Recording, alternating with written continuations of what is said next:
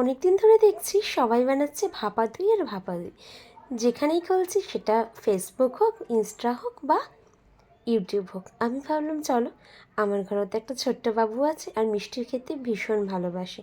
দুবেলাই খাওয়ার পরে না শুধু ফ্রিজটা খুলেই বলে মাম্মা আছে, কোনো মিথ্যি ভালো নেই। ওর কথাই বললাম।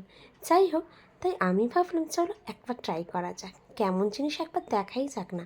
সবাই যখন ঘরে বানাচ্ছে আমার বানাতে দোষ কী?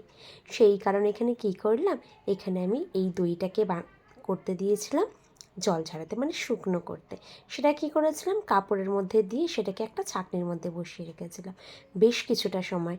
মানে আমি তো দিয়েছিলাম প্রায় 5 থেকে 6 ঘন্টা, তোমরা চাইলে সারা রাত রাখতে পারো ফ্রিজের মধ্যে রেখে, বাট আমি বাইরে রেখেছিলাম।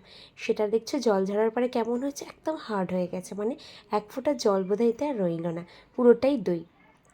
সেটাকে নিয়ে নিয়েছি একটা বাটির মধ্যে। এবারে তার সাথে দিয়ে দিয়েছি মিল্কমেড।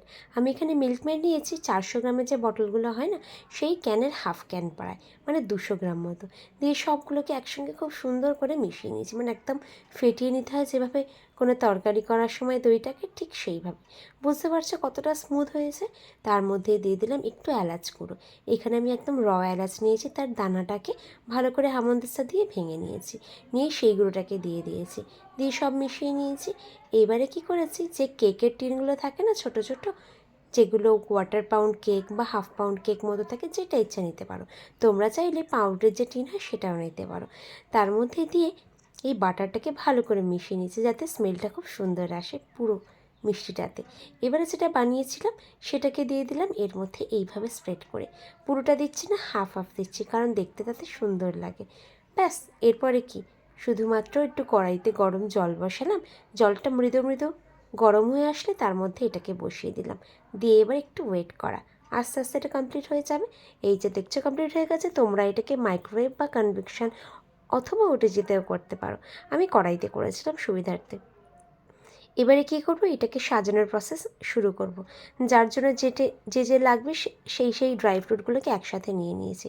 আমি আমার নিয়েছিলাম, ঘরে একটু কাজু ছিল, কিশমিশ ছিল, সব নিয়েছিলাম। আর তার সাথে নিয়েছিলাম, আমি যেহেতু কেক বানাই যখন তখন, তাই আমার কাছে একটু রেডিই থাকে প্রায় সময়, সেটা হচ্ছে চেরি। সেই চেরিটাকে আমি ছোট্ট ছোট্ট করে সরু সরু করে কেটে নিয়েছি, সেটাও নিয়েছি গুছিয়ে।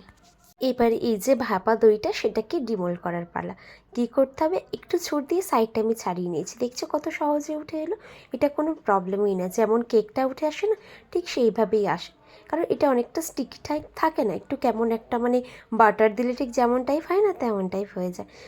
এবারে এর উপর থেকে ড্রাই ফ্রুটগুলোকে একটু সাজিয়ে দেওয়া, আর যে চেরিটা কেটে রেখেছি বললাম সেটাকে দেওয়া। তোমাদের কাছে যদি না থাকে তোমরা টুটি ফুটি ইউজ করতে পারো, শুধুমাত্র সুন্দর দেখানোর জন্য, আর কি।